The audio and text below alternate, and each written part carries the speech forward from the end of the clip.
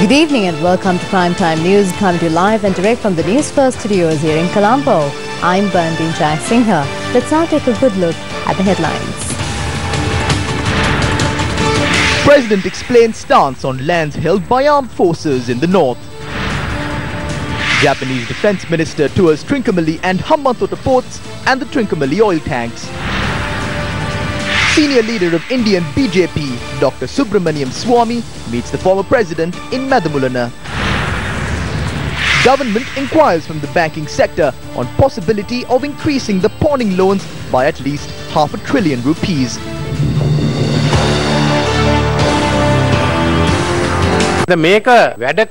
This is a government where work is being done by people. This is not a government that beats the drums and then just goes home.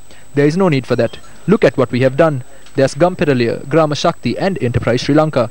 We are also planning on building new trade zones. It's been only 3 years since we took a breath of fresh air. We were breathing for 3 years. Although, according to the Prime Minister, we have been breathing for the past 3 years. This is how the fish at the bottom of a dried up lake in Kilinochchi are breathing right now. This is how the people of the country are drawing their breath.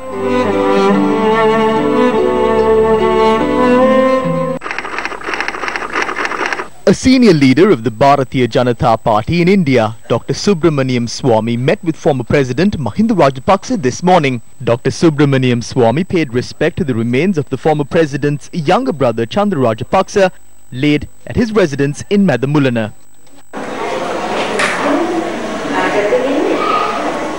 Our correspondent said the former president held discussions with Dr. Subramaniam Swamy. Dr. Subramaniam Swamy, who was elected to the Indian Parliament 5 times from 1974 to 1999, became a member of Parliament in the Rajya Sabha following the elections in 2016. He, as a leader who was against fraud and corruption, filed a defamation case against Jayalalitha Jayaram in 1996, which put her behind bars for 4 years. Dr. Subramaniam Swamy, who launched a fast for a week demanding for justice for Muslim youth killed during the 1987 massacre, was a fearless political leader in India who attacked those who engaged in wrongdoings.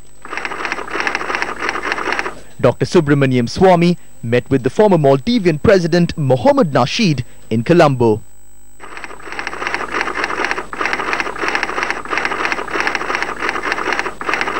Japanese Defense Minister Itsunori Onodera was briefed about the Eastern Defense Command. Later, the Japanese Defense Minister engaged in an inspection tour of the oil tank complex at the Ceylon Petroleum Corporation in the China harbour. The Japanese Defense Minister left to Hambantota aboard a helicopter after inspecting the Ikasuchi Japanese ship anchored at the Trincomalee harbour.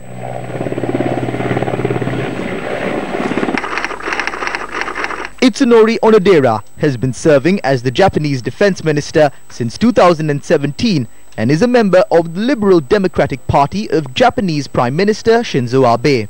He served as the Japanese Defense Minister in 2012 and was a pioneer in establishing and strengthening the high-powered defense system in Japan. One of the headline-making stories: intellectuals expressed their views on the Japanese Defense Minister's tour of the island. Now Japan has come to this country and they have looked at our developments and our relationship with India. This is not out of affection. Japan has now become a stakeholder of the Asian 3+ group. Then Japan will do their best to take advantage of Sri Lanka through India. We have to be tactful. We weren't tactful under the former government, nor this.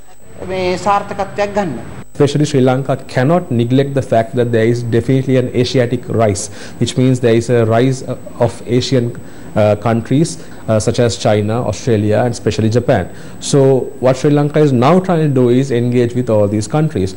And in the process, what Sri Lanka is doing is, as many people say, is that we are trying to now balance countries off. For example, if Mattala airport is now, there is this idea that it should be given into to an Indian interest. There is clearly China has Chinese company along with Sri Lankan companies now collaboratively running Hambantota. Sri Lanka as a small power is facing this situation, and I think what we lack in our foreign policy is a strategic vision of seeing how this geopolitical contestation will play out in the next 5 to 10 years. It cannot be brought down to a contestation between India and China. There is the United States which is involved, there is Australia which is involved, and increasingly you can see Japanese interest very much at play in this geopolitical rivalry. So it is a regional and a global rivalry. So for a country like Sri Lanka, a small power, it's not anymore about balancing it, it's about how you manage it to the best interest of this country. So that is where I think we are lacking seriously a foreign policy which is well thought out, well planned, especially with a strategic vision. So if we do ad hoc agreements, ad hoc treaties without proper consultation, it will seriously compromise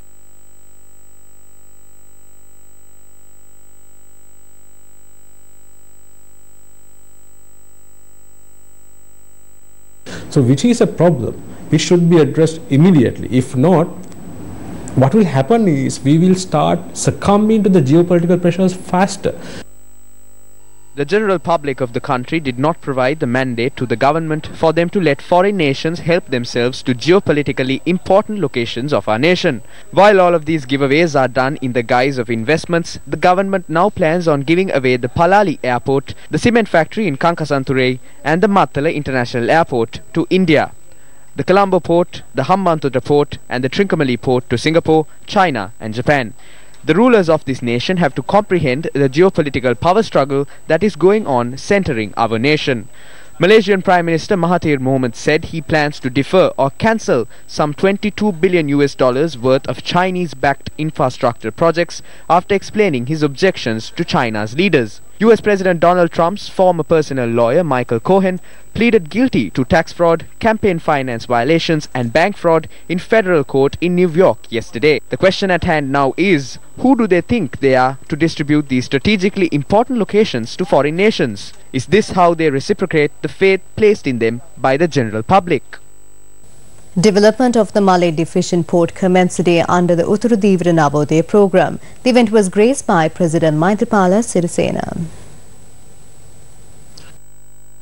Under the Uttarudivara Navodaya program, the new government has drawn up plans to construct 4 fishing harbours, 3 strategically important ports and 20 ports.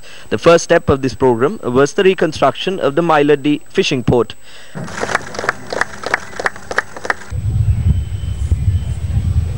This reconstruction is done at a cost of 400 million rupees under a project carried out in order to improve the entire fishing industry in the country.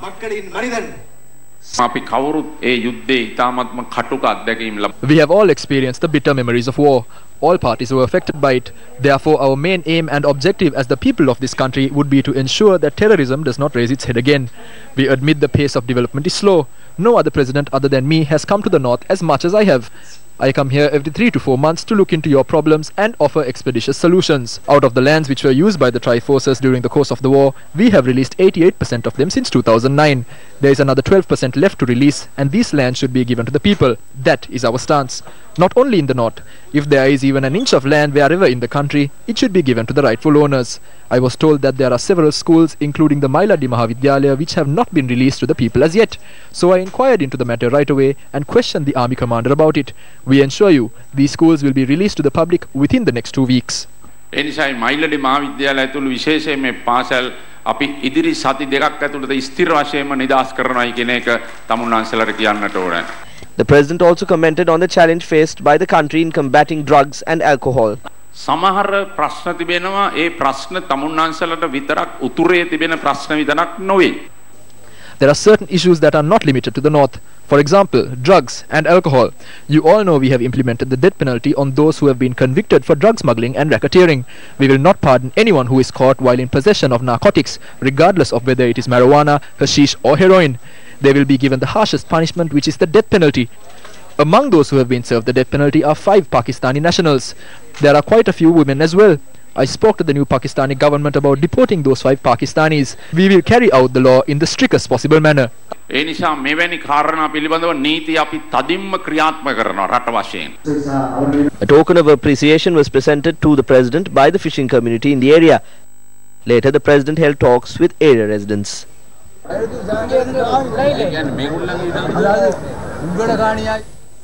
The Pivituru Helorumaya convened a media briefing today. This is Maheshi Ulugedara, the wife of Corporal Vasant Ulugedara, who is currently in remand custody over the disappearance of Prageet Eknaligoda. In 2007, Honorable Ranawaka was appointed as a minister and Maheshi was appointed to his private staff. I would like you to hear the story of this couple who have served and fought for the country.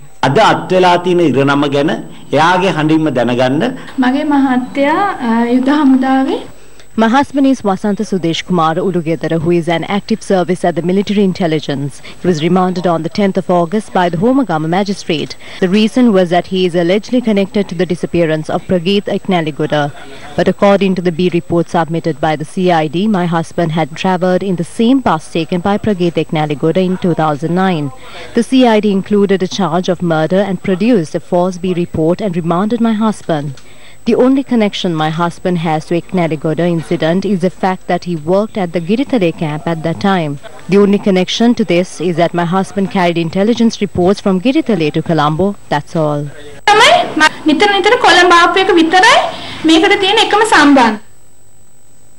Muslims around the world celebrate the festival of Hajj today. As per the words of the Holy Prophet, Muslims around the world must celebrate Eid al-Adha or the festival of Hajj by coming together in harmony. The festival of Hajj is celebrated citing the acceptance of an order given to the Ibrahim Nabi by the Holy Prophet. The Hajj pilgrimage is considered one of the 5 main responsibilities of a follower of the Muslim faith. Today also marks the end of the holy month in Mecca. Religious observances were held at mosques across the island in celebration of Hajj. Issuing a message for the Hajj festival, President Maithripala Sirisena states that as millions of Muslims around the world come together with the common purpose of religious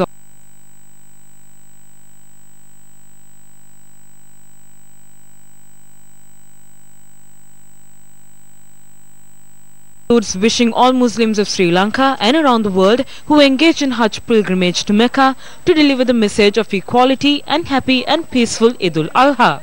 In his message for the festival, Prime Minister Ranil Wickremesinghe says the festival sets an example that encourages the citizens of the world to practice equality and a life of giving.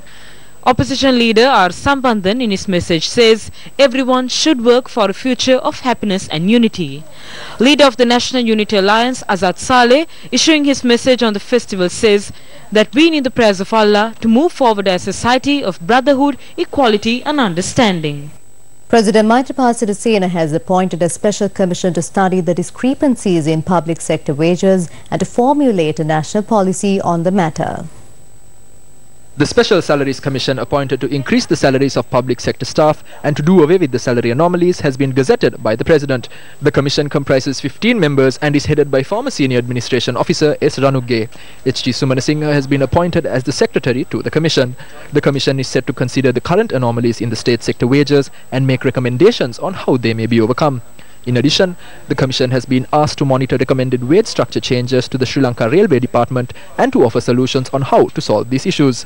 Further, the Commission will also investigate means through which they can minimize the anomalies currently affecting the railway, health, higher education, tertiary education and postal service sectors. The Commission includes several senior officials attached to the public administration, education and legal sectors. The Commission, whose official mandate began on the 20th of August, will expire in 2. The Daily Mirror reported yesterday that the government is said to have inquired from the country's banking sector of the possibility of increasing the pawning loans by at least ₹500 billion. According to the report, the government has also asked the banks to join its much-hyped Gamperaliya Rural Development Program and to provide concessionary loans to rural entrepreneurship under its Enterprise Sri Lanka program. In 2 separate meetings had with the bank chiefs during the last 3 weeks, the government had attempted to persuade them to channel funds into the rural community ahead of some crucial elections on the horizon. One meeting said to have been chaired by R. Paskaralingam, an advisor to Prime Minister Ranil Wickremesinghe and to his National Policies and Economic Affairs Ministry, where the possibility of growing the pawning loans by at least ₹500 billion had been discussed. An apparent attempt had been taken to channel monies into the rural communities whose access to finance is limited. The meeting has also been attended by some senior central bank officials. The report adds that, however, the proposal, according to one bank official who attended the meeting, had been contingent on safeguarding the banks from any gold price volatility or related losses in the global market. The meeting had ended inconclusively. After Sri Lankan banks wrote billions of rupees off from their profits during 2013 and 2014, when the global gold prices crashed, they practiced extreme caution in granting gold-backed loans. The report goes on to note that the central bank has requested the private banks to join with the government's Gamperaliya Rural Development Program and Enterprise Sri Lanka program by providing non-collateralized concessionary rate loans to build rural entrepreneurship in multiple sectors. However, the private bank CEOs were said to have not shown much enthusiasm as they continue to grapple with the rising non-performing loans and moderating growth. The report published by Daily Mirror quotes economists saying both attempts by the government to increase pawning loans and to offer concessionary loans under Gamperaliya and Enterprise Sri Lanka through the banking sector are nothing but a creative way to distribute monies among rural communities to sway their votes ahead of the impending elections. Parliamentarian Mahindanand Alutgamage spoke at a media briefing convened by the joint opposition in Colombo today. මට මගේ භාෂාවෙන් කියන්න තියෙන්නේ මේකට දේශපාලන කුපාඩිකමක්. ඒ තමයි බැඳුම් කර වංචාව. If I am to speak in my language, this is a low-grade political act. This is the plan to sweep the bond scam under the carpet. A massive program was planned to undermine the bond scam during a meeting held recently between Prime Minister Ranil Wickremesinghe and Finance Minister Mangala Samaravira. What they did was to bring up certain topics at certain times in the country. The objective of this is to portray Ranil Wickremesinghe as Mr. Clean. Prime Minister Ranil Wickremesinghe must be held responsible for this. The former central bank governor is being hidden by none other than Ranil Wickremesinghe. He can go for his son's wedding in England. That is how their relationship is like. When he goes to Singapore, he meets him in secret at the ambassador's office. But the former governor can't be brought back into the country. Like I told you, this government must stop this low-level political activities that they are carrying out. The end of Gamperaliya is the overturning of this country. This will end with both Maitri and Ranil going home. 1,200 million for the closest school projects. Bills of 1,200 million are held back. Bills for work done in 2016 have not been paid. Therefore, the economy of this country has been destroyed. We always thought that when a UNP government comes into power, there will be money in this country. That is what we have heard in the past. Now Ranil Wickremesinghe has turned that around as well. ඒක තමයි ඉතිහාසය අහලා තියෙන්නේ.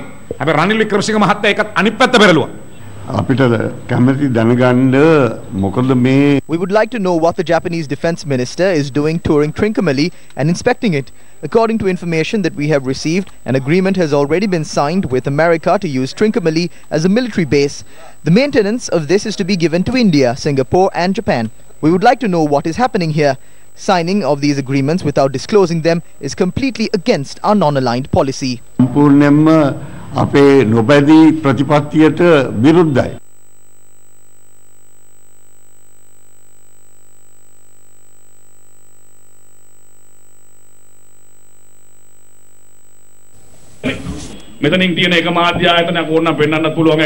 There is a media organization here. I can point my finger at them if you want. It was sold recently. The institution was sold off as it was crashing. When bids were called in for the sale, the company that bid the highest was not selected. It was decided to sell this to the third highest bidder. The reason for this is that the company named Lanka Mobile has investments from the diaspora. So this can be seen on the surface even more. Without speaking about the gallows, more than these topics that are being created, we need to remind ourselves of the matters that lie on the inside.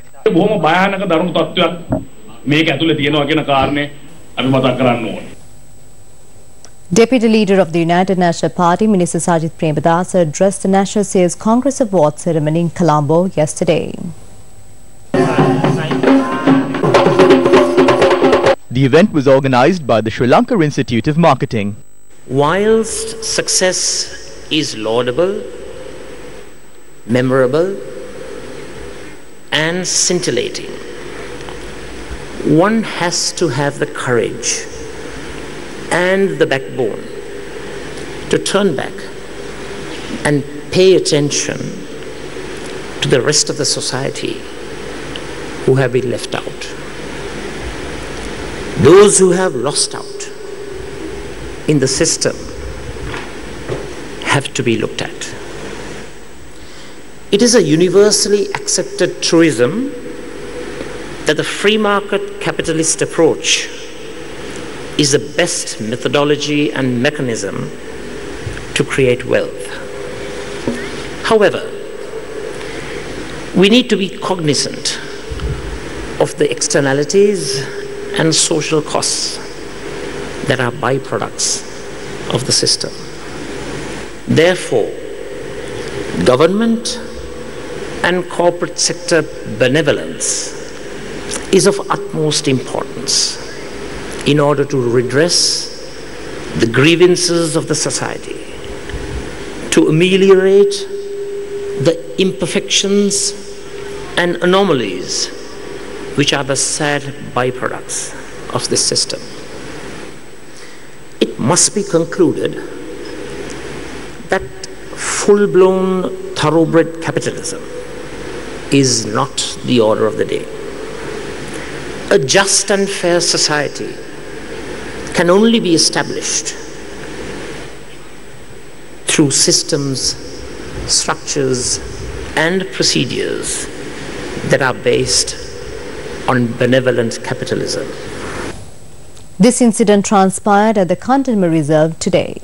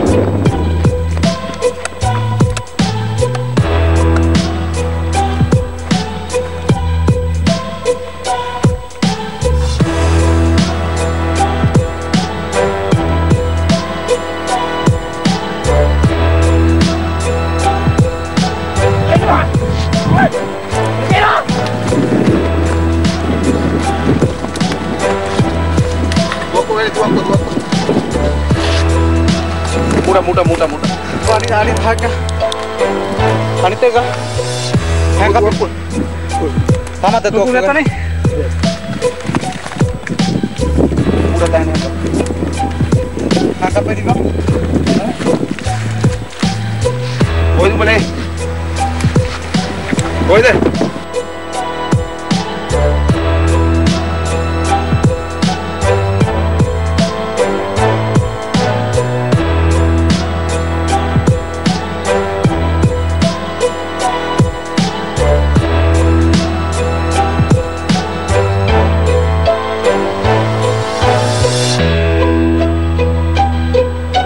With that, we wrap up Primetime News. Take care. Good night.